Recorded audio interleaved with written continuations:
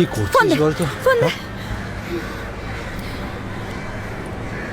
আরে আসবে না। হ্যালো, নিচে নামো। তোমার না আজকে বিয়ে? নিচে আসবো মানে? আমি এত কথা শুনবো না, তুমি এক্ষুনি নিচে নামো, নাহলে তোমার ঠ্যাং কোনা করে দেবো। এই, তুই থ্রেড দেয়ার কে রে?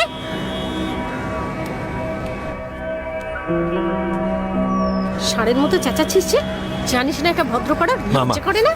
একদম চুপ থাকবে। তোমার তো মান সম্মানই থাকা উচিত না।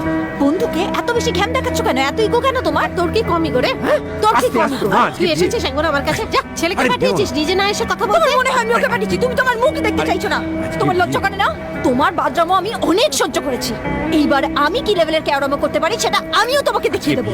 নিজের ছেলের বিয়েতে তুমি আসো বা না আসো সেটা তোমার আর তোমার ছেলের ব্যাপার, কিন্তু নিজের বন্ধুর বিয়েতে তোমাকে আসতেই হবে। বড় যে বন্ধুতে দেখাচ্ছিস, হ্যাঁ? তোর নিজের লজ্জা করে না? তুই একবার এসেছিস আমার কাছে, আমার মুখটাকে গলানোর চেষ্টা করেছিস। তুমি ঘরে মধ্যে ঢুকে বসে থাকবে আর আমি তোমার ইগো ভাঙাবো? হ্যাঁ, তুমি একবারও নিজের থেকে আমাকে কোনো ফোন করেছো? কেন করবো আমি তোকে ফোন?